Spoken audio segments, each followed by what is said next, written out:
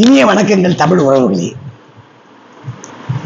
ஒரு பச்சை பசேல்னு இருக்கக்கூடிய ஒரு கிராமம், 3 போகம் விளையும். அந்த ஊர்ல ஒரு கிராம தலைவர், ரொம்ப நேர்மையான ஆசாமி, குறை சொல்ல முடியாது. வினு சக்கரவர்த்தி மாதிரி வச்சுக்கோங்களேன், அப்படி கட் அண்ட் ரைட்டா இருப்பார். அவருடைய பொண்ணு அருமையான பொண்ணு, அழகான பொண்ணு, முத்து நகைன்னு பேரு. அந்த கிராமத்துல கணக்கு புள்ளையா நம்ம வசீகரன் வேலை செய்யறோம். வசீகரனுக்கு முத்து நகை பேர்ல ஒரு கண்ணு, முத்து நகைக்கு வசீகரன் பேர்ல ஒரு கண்ணு. ஆனா இது எல்லாம் ஏத்துக்குவாங்களான்னா ஏத்துக்க மாட்டாங்க.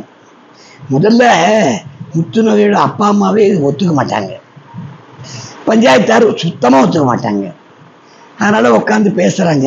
ஒரு கோயில்ல உட்காந்து என்ன பண்ணலாம், நம்ம ஓடி போயிடலாமா, நம்ம 2 பேரும் வாழ்ந்தாகணும், எப்படியாவது வாழ்ந்தாகணும், ஓடி போயிடலாமான்ற. அந்த நேரம் பார்த்து அவங்க அப்பா வந்துட்டாரு. ஏய், இங்க என்ன பண்ற நீ, அவங்ககிட்ட என்ன பேச்சு அப்படின்னு கேட்குறாங்க. இல்லை சும்மா தான் பேசிட்டு இருந்தோம். சரி, 8 மணிக்கு சந்திப்போம் அப்படின்னு நாசுக்கா சொல்லிடுறான். அவளுக்கு புரிஞ்சு போகுது. கரெக்டாக ராத்திரி இருட்டு, ஒரு 8 மணி 7:30 மணி, கிராமெல்லாம் 7:30 8க்கெல்லாம் இருட்டிடுமே. 8 மணி வாக்கில் வந்துட்டா அந்த பொண்ணு. அந்த கோயில்கிட்ட வந்து நின்றுட்டா, இவனும் வந்துட்டான். அந்த நேரம் பார்த்து இவங்க பேசுறத உத்து கேட்டிருந்த ஒரு மர்ம நபர் டக்குன்னு அவ கழுத்துல இருந்த ஒரு சின்னதா ஒரு நகையை திருடி கொண்டு போய் அவனுடைய வசீகரனுடைய பையில போட்டுறான். வசீகரனுக்கு அது தெரியாது. அவன் பஞ்சாயத்துல கொண்டு போய் நிறுத்தப்படுறான். அவன் பையில அந்த நகை இருக்கு. அப்ப உடனே பஞ்சாயத்து தீர்ப்பு, நீ உன்னோட 1 ஏக்கரா நிலத்தை கோயிலுக்கு எழுதி வைக்கணும்.